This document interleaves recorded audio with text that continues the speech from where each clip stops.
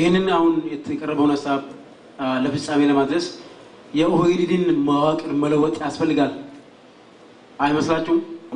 ለኦሮምኛ የምናገሩ ሌሎች ህዝቦችን መመልመል እና ኦህዴድን በዛ መለወጥ የሚያዋጣ መንገድ አይመስላችሁም? በተለይ ከአማራው ከኛም ትንሽ አይጠባም ጥቂት ኦሮምኛንም እና ከጉራጌው ከከምባታው ከሌላውም ከሶማሌውም ከአደሬውም ኦሮምኛ የሚችሉትን በተለይ ለወዳቸው ሊገዙ የሚችሉት ለኑሮ ፍለጋ ሊቀርቡን የሚችሉትን ኦሮሞ ያሉትን ሌሎች ኦሮምኛ ተናጋሪ ህዝቦችን በመውሰድ ኦህዴድን በዛ መለወጥ ውጤት ያለው አይመስላችሁም?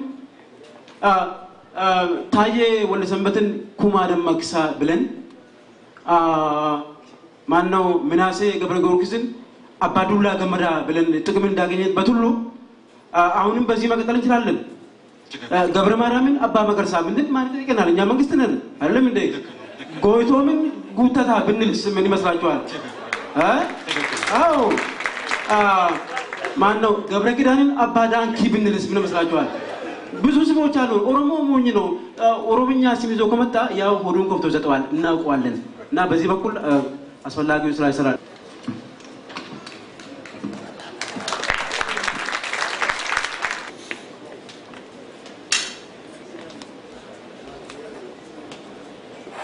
ማሊ አረሞ ጉዩማን ከፈተተ ሰካቀጀላ ከንኬ ከነነቲ ፉደናኒ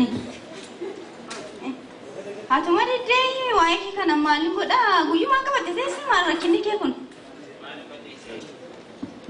በሌሳ ኮማይ ማሊም በሌሲኔ ናጀታ ጉዩማን ዱጋቲ ከፈተተ ሰረሞ ከንኬ ኑኒ ዋይ ጅሬኛ ዋባይ ረከና ዋሜ ቀረከና ከንኬ ከና ዋን ጀዱ ቀው ማሊ ጉያዳን ከፈተተ ሰዱጋቲ ማሊ ዱጋቲ ኢሳዮ ፍት ቀባን በታይ ዱጋቲ ኒሜ ኑኒ ዋን ወጉኑ ጎይ ማከማ ማን ፈዲስ ዱጋቲ ስላሲ ማስቲ በሌሲ አቲ ማልቤታ አነቶ ዋን ዱማት ረከታ አቲ ዋን ቤቱን ቀብዱ ዱጉማ ሌሳ ዱጉማይቴ ጀቲ ዋን በርባደ ደርበቴ ነቲ ላተማ አቲ ቤታ ዋይ መነ ኬሳ ስሚዶ ሲኖ ስሪ ላ ደገይ ያንቱ አኒ ኮፊ ጅሪኝ መታኮ ነተጣይ ነረክሳ ጅራ ጋፈኒ መነትገሉሞ አደራኪ ከራመኪሊ ማነጋና ወታ ከወረካኒ ለቲናቲ ከራኪ ማነጋና ወተማቲ ኩቲ አኖ ከራቲ ነጋና ደምቤኩ ጋና ዋነስ ጎደሲን ቀሙ ኢኑጊኒ ዱጋቲን ሲኒዩ ሲሚዳን ጀደ ዱጋቲ ኒዳ ኑኒ አቦቲ ኬኛ ድሩባ ካሰኒ ዱጉ ከናፍ ዱጋቲ ዋና ጎነን ቀዋኒ ዱጌሲሙ ከራራ ነመርኩኒ ዋና ማን ጎኔ ማን ኮ ከሰታ ዱጌ ዱጋ ደራ ጊፍቲ ኮ ደራ ነዲ ኢኑ ደኒስ ነዲ ነዲ ዋና ኒሱ ቢቆ ሰውለ ያደ ኮንፉዳቱ ይሰዱጊ ጋማሊ ጎዳን ፉዳቹን ዲንና ዱጋ አመኩነ ማን ጄቂኒና ደራዋ ቀዩና ዲስ ነይ nangu badde malan godanti kubin kabu kuni wanta bragu baddu metai wangara branch ga fadda isa kana enda diddeti yada kolle fudattu yada ke mona fudda jettati yerod barad enya kana wanta de to kosi ga fadde ture isammo na devis ne akasumatti I calliste diste tole inni jirenya majracha jiru gadite way sanatin kasi jiru ko ani yooni sadise waanani dine sieni yubareche sinyachise sibushugatini kamne natini isa isu nandab waansa sin isa tu na bareche chu isu nandab akasi isa dimna ala jireni kana fakatu borinju kana isa hojjate male jirachu nande sechu jirachu nande amachi de nandab ati jirenya opidio kana hojjate jiraate male jirachu nande sechu jirachu nande riyo na kesi du ka da sitti wa chairu mera ke balbala bane ani nanda wai ke jirachu nande de na wachi ga naguma akam jirta naguma akam jirta naguma kama jirta Jurung jering.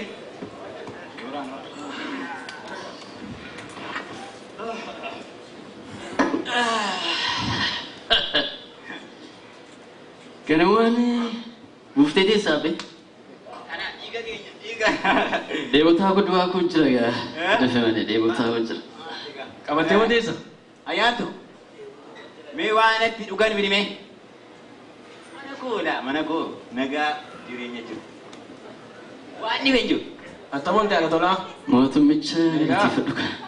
Fayyaadhaa? Mootummaa akkam nagaa. Baga nagaa taate.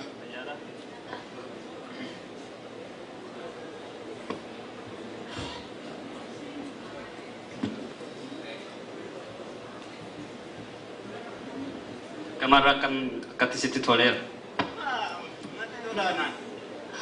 Akkatti bulee ollaan bultee beeka akkatti bulee abbaa beekan natti tolee jira.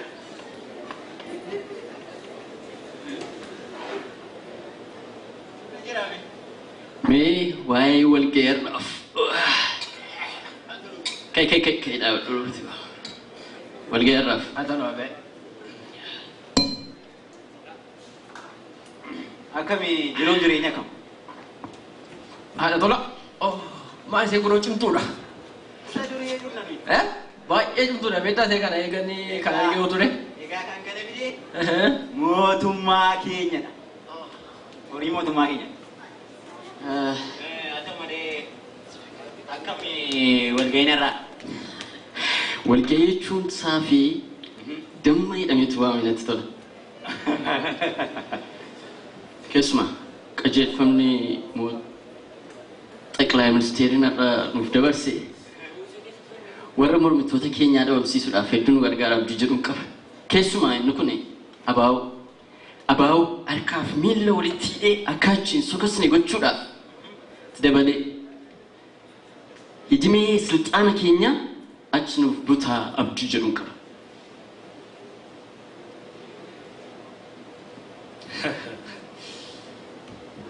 Ani garuu akkanatti fakkaatutti qajeelfamni har'aan tana dabraa oole kun hiikaa tokkollee waan fiduu danda'u natti hin fakkaatu. Irra caalaan keenya keessa deebinee eessatti akka deemaa jirru yoo wal gaafanne irra gaariidha. Oppiidiyoon erga bu'uureeffame waggaa 12 ol ta'ee jirti. 13. Yanaa 40-50 ni moona. Dhibbas ta'uu danda'a. Namoonni dhaaba kana bu'uureessanis kaanis abaa'ootti makaman. Kaanis biyyarraa ba'anii jireenya isaanii gaggeeffachaa jiru. Kaanis mana hidhaa keessa jiru. Kaanis bakka isaan gahan hin beekamu.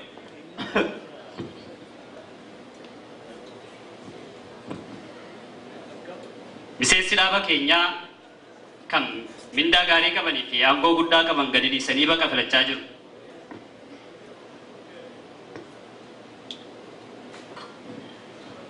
Egaa uummannis daa'ima waggaa 9 irraa hanga manguddoo waggaa 90tti fincillee uummata kanaa wajjin hin bullu akka isaan gurguramanitti nutis hin gurguramu.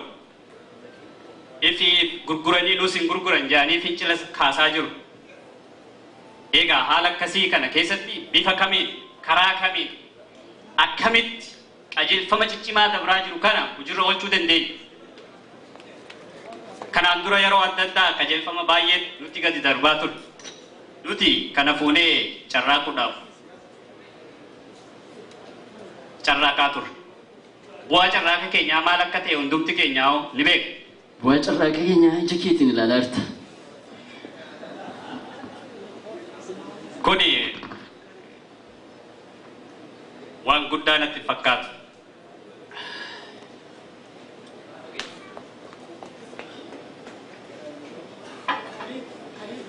Egaa jireenya mataa keenyaatiif jennee bu'aa dhuunfaa mataa keenyaaf argannuuf jennee hojii kana har'a yoo kan hojjennullee taate maal akka hojjechaa jiru maal akka godhaa jiru adeemsa miila keenyaa waan godhaa jiru irra deebinee laaluu qaba.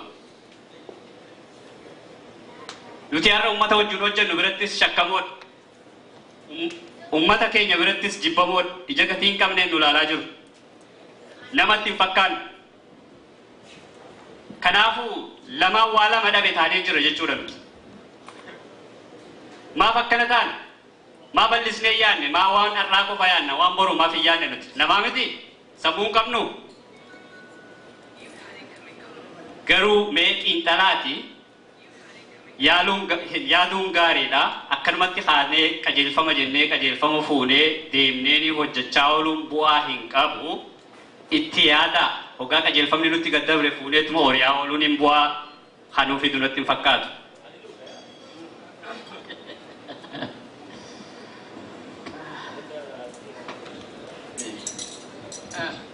Dubbadhuraan jettanii amma guyyaani waan kana fakkaattu argadhee itti gammaddee ishee kana irraa unadha jedhu maaliif dubbiin taane kaasanii nama aarsituu maaf yaada namatti fiddu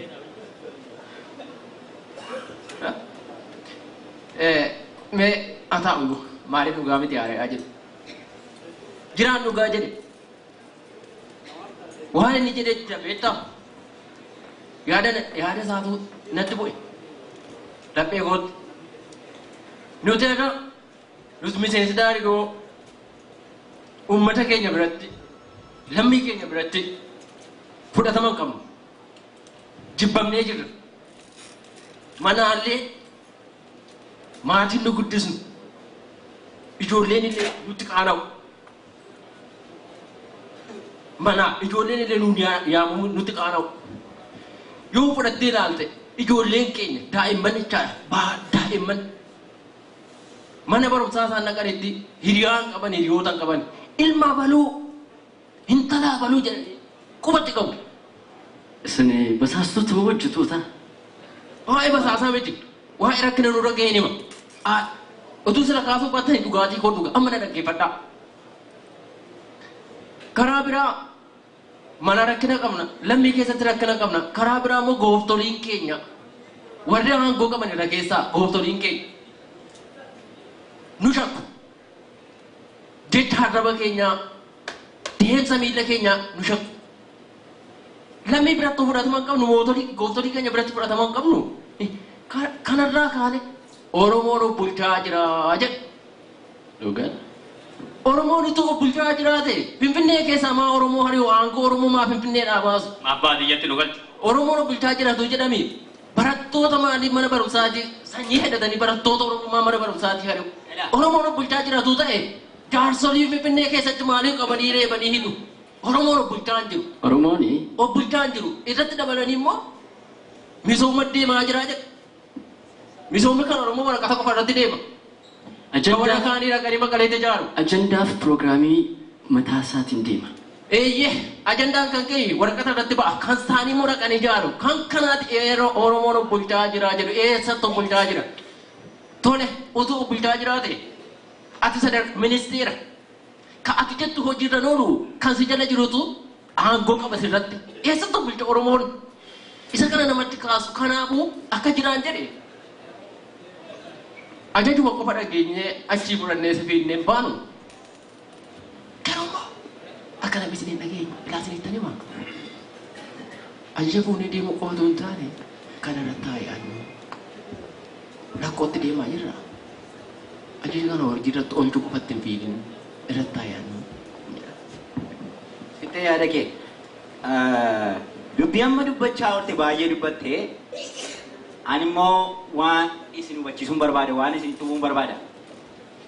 Yeroo darbee mootonni biyyoota baay'ee dhagaa turree bitaas turan. Garuu yeroo ammaa kanatti biyyi keenya biyyi Oromiyaa maqaa isaatiin Oromiyaa jedhee waamamee ofii isaatiin obbushee afaan mataa isaatiin baratee barattoonni mana barumsaa ofii isaanii keessatti baratanii afaan isaaniiti afaan biraan barachaa jiranii afaan isaaniiti uummanni ofii isaatiin yaada mataa isaatii dubbifatee kaayyoo isaa karoora isaa gaggeeffachaa jira yeroo ammaa kanatti jechuudha. Ati garuu yaada biraa keessa galtee jirta of ilaaluu qabda.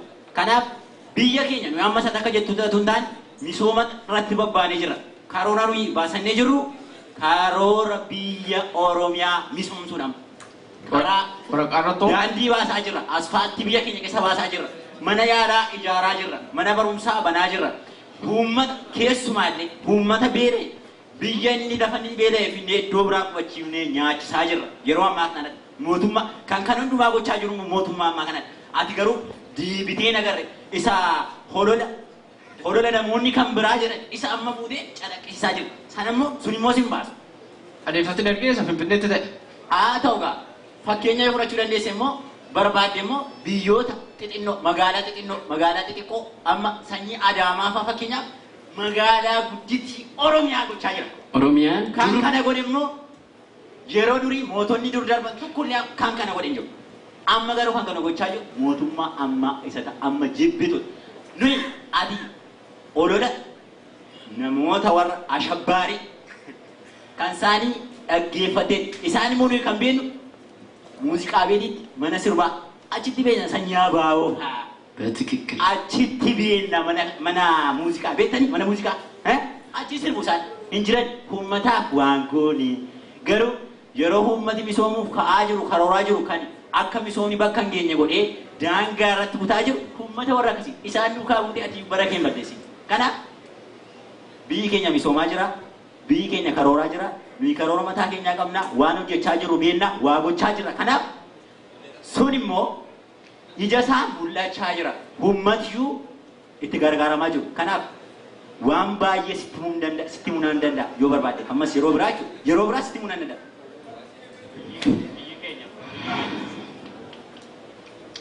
akka nu godhutti waliigaltee nu gidduu waan jiru natti fakkaatu. Lamaan keessanuu waan marrazamtu natti fakkaata. Olola sabaan sammuun keessan tuqamee yaada malee wanti jijjiirame tokko hin jiru. Jireenya kana kan nuuf kenne mootummaa kana. Oromoon mootummaa mataa isaatii qaba. Afaan isaatiin baratee afaan isaatiin hojjechaa jira. Mootummaan kun yoo kufee Kanarra jedhamaatu dhufa. Oromoon irras du'aa jira. mootummaan kun yoo kufee carraan keenya maal fakkaatatti yaaduu qabdu. Kana yaaduuf immoo iddootti dadhabuun sin barbaachisu qondaaltota mootummaa dargii kaleessaa ilaaluu qofaan ni ga'a. Kanaaf akkan isin dhagee namni biraan isin hin dhagayin qajeelfama isinitti kenname nutti kenname foonee babbaana. Haa ta'uuti ati garuu waa'ee haa gosan hin irraanfatin. Akkuma taa'ee ati aangoo qaba jetta sirratti hojjetaa jira waa'ee isaan irraanfatin. Waa'ee isaa natu beeka.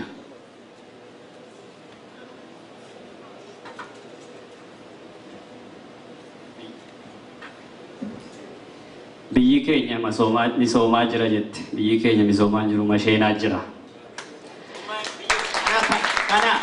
Garuu an kan siin jedhu jireenya mataa keetii jala deemtee hedduu ittiin ifiin hin rakkisinii xiqqoo bal'isi akka ilmoo namatti xiinxali.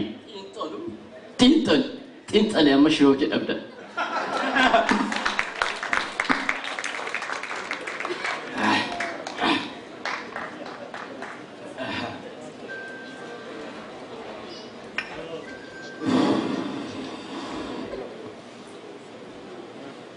Mana kiyoo keessatti nagaan qabu. Isaan wajjin nagaan qabu. Sammuu koo kan amma yoomiitti guyyoomsee jiraachuu danda'a. Sammuu koo nuuf guyyoomsaa jira ta'uu beeku. Waan dhugaan taaniin dubbata. Maal gochuu danda'a? Kana dhiibnaan jireenyaan qabu kun hundumtuu harkaa bittimmaa. Kanaaf amma yerootti tun beeku guyyoomsee sammuu koos guyyoomsee man jiraadha. Kanaanan shiroo koo amma yerootti busheeffata. Takkaa booddeen deebi.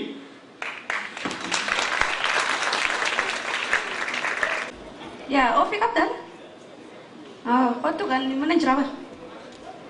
Yaa? Okay, bye.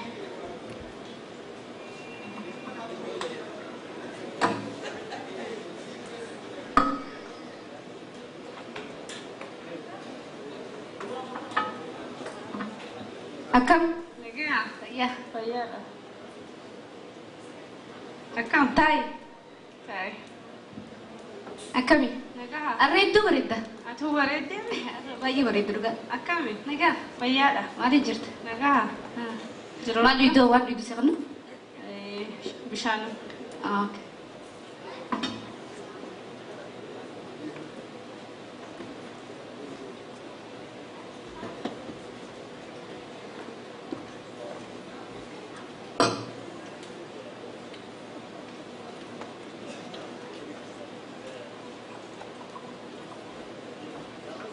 Galato. Dugi. Nan duga kam. Mega. Akam ofsan ofayada. Ofsan naga kaba. Mali jirtan sifi ofsan dehnya kan. Satu. Why ofsas lera debate nakari. Why ofsas lera debate why ofsa ma fi lera debra why ofsa erna man debars so kamre hariron khaysan kun akam. Hariron kenya kun wami tifufuna tifakat. Mal gadise mal thate ofsan na magari miti. Sabona oromotis. Duga kuma jette. Sabona oromos. Duga na magari da garu mal bulare walbila himtol. Inni jalalanaaf qabu rakan biyyaaf qabutu madaale. Kanaafu ani laphee akkas gargar hiramaa kanan fadhu. Kanaafu amma inni akka waan tokko filatu fedha. Takka ana takka biyya akka inni filatu fedha saartoon. Maali akkan hubadhutti isin lamaanuu dhugaa qabdan. Taa'imee hin aarini. Taa'is. Isin lamaanuu dhugaa qabdan nu hundi keenyaa dhugaa qabna. Rakkoo akkam keessaa baanee akka jireenyaarra jiraachaa jirru kana arganne akkamitti akka ta'e ni beekta. Rakkoo san keessaa baanee immoo arraas geenye jennee rakkoo sabni keenya itti jiru osoo agarru qananii mataa keenyaa filannee jireenya mataa keenyaa qofa tolfachuun fiiguun of qolummaa na fakkaata. Maal jechuu keessaa tun arrabsaa jirta na fakkaata. Si arrabsaan jiru. Taa'ime bishaan kee kana gartee ni gartaame dhugi. Yoo gaafiin koo deebisaa qabaate bishaan koo nan dhuga. Ani kanin jechaa jiru kun Oromoonni rakkoo hin qaban jechaa jiru saartoon. Ani as taa'ee gartaa bakka kana bu'aa tokkollee isaanii buusuu hin danda'u. Kanaafuu yeroo hunda jettee bilbilaan jettee odeessaa ooluun bilisummaan teenya inni faarfachaa ooluun gatii hin qabu. Kanaafuu ani obsaanin jaalladha inni illee na jaallata. Garuu jaalala keenya kana jidduu akka waan tokko hirmaatu hin fedhu. Inni garuu jiruu fi jireenyi isaas hin jiru. Qaama isaatii as jira malee sammuun isaas hin jirtu. Na waliinis taa'ee waa'ee biyyaa yaadee baasa.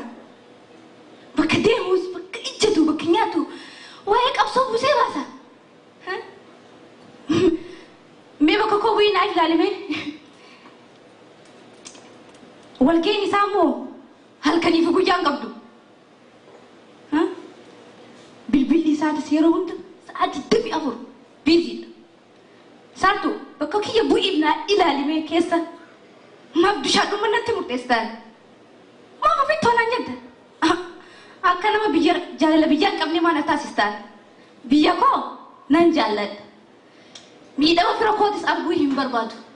Kanaafuu amma waan tokko isaanii buusuu hin danda'u. Amma jireenya kiyya jiraatu fedha, okay? Gaddisee. Anaafi ati biyya kana dhufnee jireenya amma jiraachaa jirru kana akkamitti akka arganne yeroo isaa dheeraa ta'ee waan dagattu natti hin fakkaatu. Kaleessa yeroo dirree baqaa turre waajjira yoonni keessa dhaabbannee imimmaan dhiisnee dhiiga boonye. Maal jechuu keeti? Oromoonni Oromummaa isaaniitiin maaltu akka irra gahaa jiru. Anaafatis ammoo badiin malee maaltu nurra gahaa akka ture. Kana hunda irraanfachuu hin qabdu. Waan goone yoo dhabnellee maqaa himannee dhufneef waan takka godhuun nurra hin jiraatu.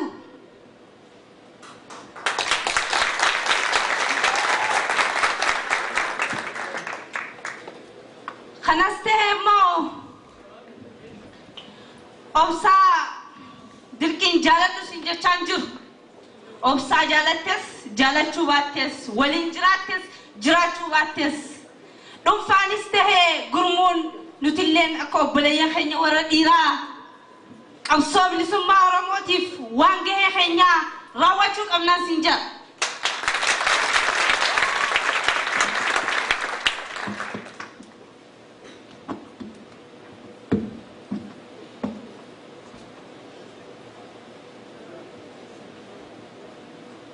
Hata ummo arramanni khaydu bareda Di barida. malimo khaysuma qabda Isuman ka. Mali daganya hada usa fa biya do fisani ko bangkap tu. akkasire Isani la kana je afera jetin tahu jira. akkastanan yerote si jalan fitu bodan dufe isan gafadda nagaan jiradu Okay, agara to mi gawan dufte fi ayye garu mayyirratti oso addan himbane ani garte si arsu fi miti khanin dufe wayin kheti fi wayin ofsada naddaga hamnani wan hiriyati yatati fi jalaltiin biyyaaf qabu qabsoof qabu jireenya keessan balleessuu hin qabu jaaruu malee sinja ani linga ifaman si jagaru wa mo obsa kanatu yero heddu mata khiyana garagalche to sanumai chana katti sitti wani jelle da ifaman si ga hadda hayyee nagaatti